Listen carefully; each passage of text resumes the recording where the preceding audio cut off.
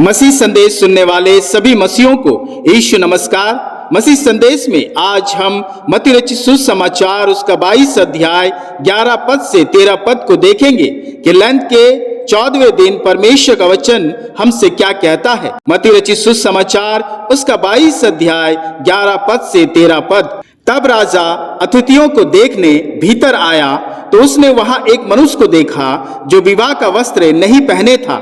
उसने उससे पूछा, हे मित्रे, तू विवाह का वस्त्र पहने बिना यहाँ क्यों आ गया? उसका मुंह बंद हो गया। तब राजा ने सेवकों से कहा, उसके हाथ पांव बांधकर उसे बाहर अंधेरे में डाल दो, वहां रोना और दांत पीसना होगा। मेरे प्रियो, आज का वचन कहता है कि स्वर्ग का राज्य उस राजा के समान है जिसने अपने पुत्र का विवाह किया। और जब राजा भोज में अतिथियों को देखने भीतर आया तो उसने एक मनुष्य को देखा जो विवाह का वस्त्र नहीं पहने था। और राजा ने उससे पूछा कि तू विवाह का वस्त्र पहने बिना यहाँ क्यों आ गया? उस मनुष्य के पास कोई जवाब नहीं था, और क्योंकि वह विवाह का वस्त्र नहीं पहना था, उसे भोज से बाहर निकालकर अंधेरे में डाल दिया गया। मेरे प्रियो, परमेश्वर ने यह दृष्टांत हमारे लिए ठहराया है कि उसके पुत्र यीशु के विवाह में प्रवेश करने के और भोज में शामिल होने के लिए योग्यता चाहिए। जैसे एक शारीरिक विवाह में शामिल होने के लिए विवाह पत्र की आवश्यकता होती है, या फिर उसे उस घर का सदस्य होना होगा ताकि विवाह में शामिल हो सके। और ठीक उसी प्रकार परमेश्वर के विवाह में शामिल होने के लिए हमें भी योग्यता चाहिए। और वह योग्यता, वह चिन्ह, छाप, वह वस्त्र है जो उसके द्वारा ठहराई गई है, जो परमेश्वर के चुने हुए संतानों को मिलेगी। क्या है यह वस्त्र? कैसा है यह वस्त्र और किस रंग का है?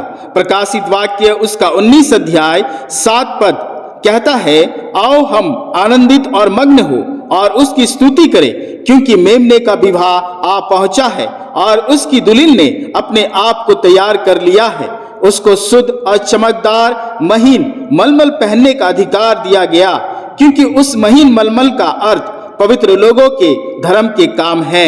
मेरे प्रियो, वचन बताती है कि वह वस्त्र हमारे और आपके धर्म के काम है, पवित्र लोगों के धर्म के काम।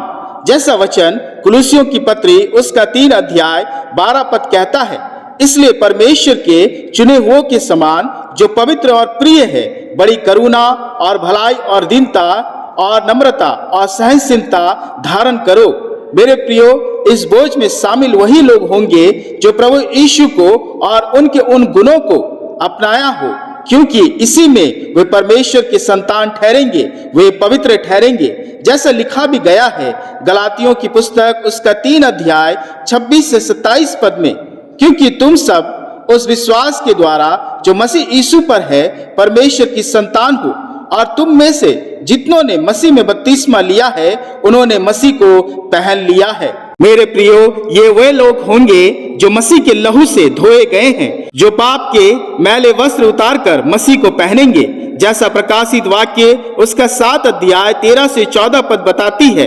इस पर प्राचीनों में से एक ने मुझसे कहा, ये श्वेत वस्त्र पहने हुए कौन है और कहां से आए हैं? मैंने उनसे कहा, हे स्वामी, तू ही जानता है। उसने मुझसे कहा, ये वे हैं जो उस महाक्लेश में से निकलकर आए हैं। उन्होंने अपने अपने वस्त्र मेमने के लहू से धोकर श्वेत किए हैं। मेरे प्रियो, वचन बताती है कि ये वे लोग होंगे जिन्होंने अपने जीवन, देह और आत्मा को मसीह के लहू से शुद्ध रखेंगे और अपने भले कामों से अपने देह को पवित्र रखेंगे। और मेरे प्रियो, इस विवाह का वस्त्र का रंग पवित्र, शुद्ध और श्वेत होगा, जिसमें पाप का कोई दाग नहीं होगा। और मेरे प्रियो, वह वस्त्र हमारा जीवन, आत्मा और देह होगी। ऐसे लोग ही परमेश्वर के पुत्र के विवाह और भोज में शामिल होंगे। ऐसे लोग जय पाए होंगे जिन्हें खुद परमेश्वर सम्मानित करेगा। प्रकाशित वाक्य उसका 3 अध्याय 5 पद में लिखा है, जो जय पाए उसे इसी प्रकार श्वेत वस्त्र पहनाया जाएगा, और मैं उसका नाम जीवन की पुस्तक में से किसी रीति से ना काटूंगा। मेरे प्रियो, परमेश्वर के ठहराए इस वस्त्र को जो ना पाए वे उसके विवाह और भोज के लिए अयोग्य ठहरेगा। वैसे लोग अयोग्य ठहरेंगे जिन्होंने अपने जीवन, आत्मा, देह को मसीह के लहू से ना धोए होंगे और बुरे कामों से अपने आप को मैला किए होंगे, वे इस बोझ के लिए अयोग्य गिने जाएंगे। मेरे प्रियो, आज वचन हमसे पूछता है, क्या हम योग्य है इस विवाह और बोझ में शामिल होने के लिए? क्या हमने मसीह के लहू से अपने आप को साफ किए हैं? क्या हमने अपने बुरे और पाप के कामों को छोड़ दिया है? क्या हमारी आत्मा इस योग्य है कि हम विवाह में शामिल किए जाए? क्योंकि लिखा गया है कि विवाह वस्त्र ना होने के कारण उस मनुष्य को बोझ से निकाल दिया गया और अंधकार में डाल दिया। मेरे प्रियो, इस लैंड प्रभु यीशु चाहते हैं हम अपने विवाह बोझ का वस्त्र तैयार कर ले, क्योंकि समय निकट है। पाप में इस जीवन को छोड़कर पश्चाताप के साथ मसीह के लहू से धुल जाए, बुरे कामों और पापों को छोड़कर भले कामों को पहन ले, ताकि बोझ के दिन अयोग्य ना गिना जाए और किसी रीति से विवाह बोझ से बाहर ना निकाला जाए। आइए पाप में शरीर को मसीह के लहू से इस लेंथ हम साफ करें और मैले चिथड़े वस्त्र उतार फेंके। प्रभु परमेश्वर हम सब पर दया करे। प्रभु आप सबों को इस वचन के द्वारा बहुतायत से आशीष दे और आपको विवाह बोझ का वस्त्र प्रदान करे। आमीन। आइए हम अपने वस्त्र के लिए प्रार्थना करें। हे पिता परमेश्वर, आज के वचन के लिए धन्यवाद देते हैं कि तूने हमें वचन से तैयारी का मन दिया कि मेमने का विवाह निकट है और बड़ी बोझ की तैयारी है। हे हमारे पिता, हमें योग्य ठहरा कि हम तेरी इस विवाह बोझ में शरीक हो सके। हमारे गुनाह यीशु के लहू से धो डाल, हमें साफ और पवित्र कर, कुव्वत दे कि हम शरीर के भले भले कामों को पूरा करें। पिता, इस घड़ी मैं प्रार्थना करता हूँ अपने सारे मसीह संदेश सुनने वाले परिवारों के लिए, और वे जो तेरे प्रिय हैं पिता, सभी परिवारों की सुधि ले। परिवार के प्रत्येक सदस्य तेरे लहू से धोए जाए, ताकि उस पवित्र और श्वेत वस्त्र पा सके कि हर एक जन विवाह बोझ का हकदार ठहरे। कोई भी हमारे परिवार से अयोग्य ना गिना जाए।